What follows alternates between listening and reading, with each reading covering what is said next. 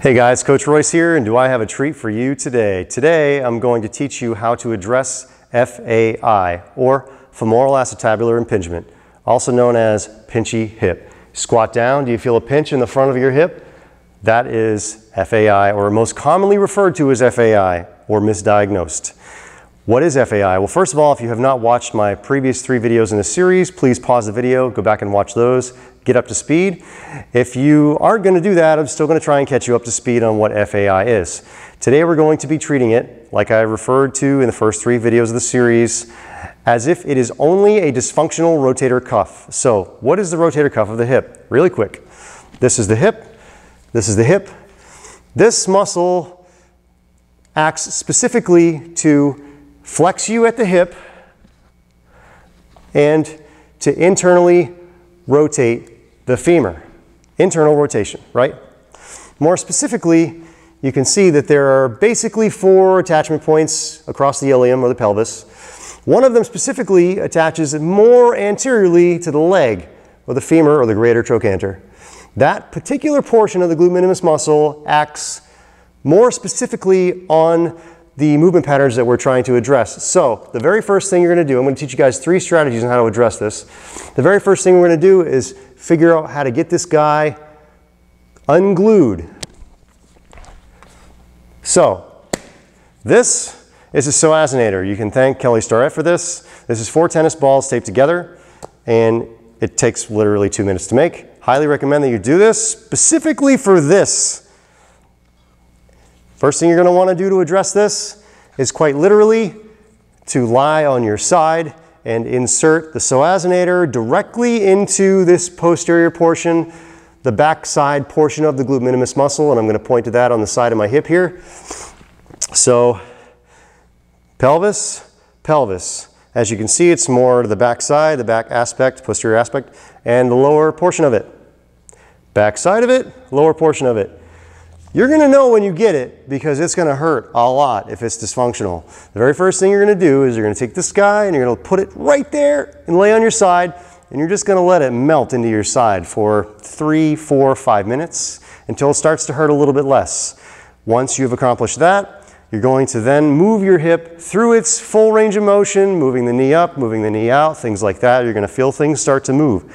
I can pretty much promise you, if you do this properly and if you can push yourself through stretching and triggering discomfort, most likely you're going to stand up and that stuff's going to be gone. I know, crazy, right? Only your physical therapist and doctor knew this.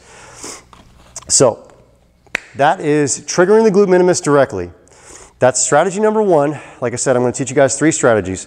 Strategy number 2 is we're going to address the range of motion that you have lost due to the dysfunctional rotator cuff. As I stated earlier, rotator cuff acts as hip flexor, brings the knee up. This is Timmy, by the way. Hi, Timmy. Hey. Knee up, hip flexion, and internal hip rotation, right? We need to get that range of motion back because we're no longer using it because the rotator cuff is dysfunctional. So what we're going to do is I'm going to put you guys in an exaggerated lunge position, also known as a rear foot elevated lunge or a split squat. What this is going to do is it's going to take the hip into the exact opposite position that we most commonly sit in. If we're sitting at a desk, if we're driving, if we're squatting, we are in hip flexion all the time, all the time. We must stretch into hip extension, which is with the leg behind you. This needs to be done with a specific intention so as you don't compensate with your back or your torso angle, and I'm going to show you that. So basically, we live in this position. We're going to bring the hip into this position. That's the first thing that we're going to do in this, the exercise portion of this video. First you trigger, then you move, and the third strategy is going to be to stretch the glute or to stretch the muscle that will begin to compensate and glue up your hip. So here is a rear foot elevated squat. Pardon the sniffles. Okay. As you can see, I'm in a lunge position. Proper lunge is debatable, but for this video, we're going to go knee stacked over the ankle. What you're going to want to do is position yourself so that your pelvis is square. First thing you're going to feel is your body's going to want to open the pelvis up this way to alleviate the stretching discomfort. You want the stretching discomfort. Square your pelvis up. Next thing you're going to do, you're going to go down into a lunge. And the first thing you're going to feel, if you have a dysfunctional rotator cuff, or tight hip flexors, or tight quads, probably all of you, they all sometimes come together and party up on you. You're going to feel stretching discomfort right here and right here immediately. As soon as you start to go down, stay square. Push yourself through that. Push through, stretch through that stretching discomfort. The deeper you go, as you guys can see, I'm keeping my back pretty straight here. My leg is behind me. This is hip extension, right? What you most commonly see is a compensation where the torso angle will go forward. This takes you out of hip extension, or you'll see an arching of the back like this, which again takes you out of hip extension. So you're going to want to stay very tall, keep your shoulders stacked over your hips, keep your pelvis square, and sink through the stretching discomfort. This will do you so much justice in more ways than just correcting a dysfunctional rotator cuff. It's going to stretch your quads, all of your hip flexors. It's very, very good for you. Highly recommend doing this exercise on a regular basis. Sink, sink, push through the stretching discomfort, right? Stay tall, lean forward, right? That is a rear foot elevated squat. I'm out of breath from holding that position. So, what have we learned? We learned what is FAI. It's a dysfunctional rotator cuff in most cases. What muscle is that? It's your glute minimus. What does it do? It's internal rotation, hip flexion. Triggering it, you literally take a psoasinator, sit directly on that spot, and melt into it. Here it is again. Pelvis, pelvis. Psoasinator. Posterior aspect, backside, backside bottom. Side, posterior, bottom. Boom. Again, you're going to know immediately if it's the right position because it's going to hurt like crazy. Melt into it. Be patient. Once you're in there, move the hip, flexion, abduction, just move it everywhere. Move it through its full range of motion. Then we're going to gain hip extension back and elongate that glute minimus or all of your hip flexors with the rear foot elevated squat that we just did.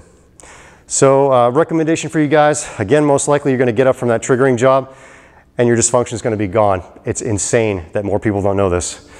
If that doesn't work, you can start to address it by fixing all of your body's guarding around the injury, guarding around the pinch feeling. This is what we refer to as casting in the physical therapy world. You have to fix the dysfunction and you have to fix the casting. Those are the two sides of the coin. So today we're just talking about mostly fixing the dysfunctional. The rotator cuff is dysfunctional. Address the rotator cuff with the trigger. Get the knots out of there. Get it to allow you to move again. Once you have that, then you start to move through the full range of motion. Next exercise I'm going to do is something that will stretch your glute medius, which is a muscle that gets very, very tight when the rotator cuff gets dysfunctional and does not allow you to bring your legs together easily and maintain internal rotation. So if you can mobilize your side glutes, you can get some of that positioning back and alleviate some of that pinching feeling. So what we're going to do is called an iron cross. Very simple to do. You can do it anywhere. You don't need any equipment, but you have to do it with a very specific intention. I'm going to move the camera here. Just give me 1 minute. Down toward the floor. And hopefully the mic is not affected by this. Back up. Iron cross. Hopefully you can still see me. Iron cross, you're in a T position like a big cross, right? You're going to keep both of your shoulders and your arms on the ground. You're going to raise the leg up. You're going to bring the leg over, but without letting your shoulder come up. Why? Because the range is coming from the glute. If you allow the shoulder to come up, now you're just rotating over there. It's not coming from here. Be patient. Let that leg sink toward the floor. And if you can, attempt to get your foot to your hand. If you can touch your foot to your hand, you have adequate range of motion in your glute medius. This would be what we would consider as coaches a passing grade for adequate mobility. Be patient. Don't rotate at the trunk as much as you move from the hip and the thigh. I didn't give you guys rep ranges, but trigger first, rear foot elevated squat second,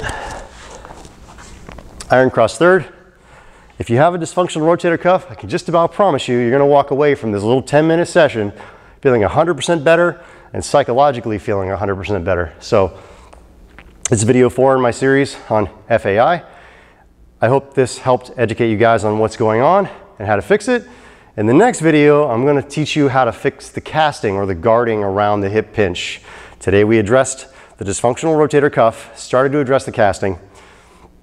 Next video, I'm going to give you guys some more movement patterns that will really help you address the casting effect. I hope you guys learned something. Thank you very much for hanging in there and watching. We'll see you next time.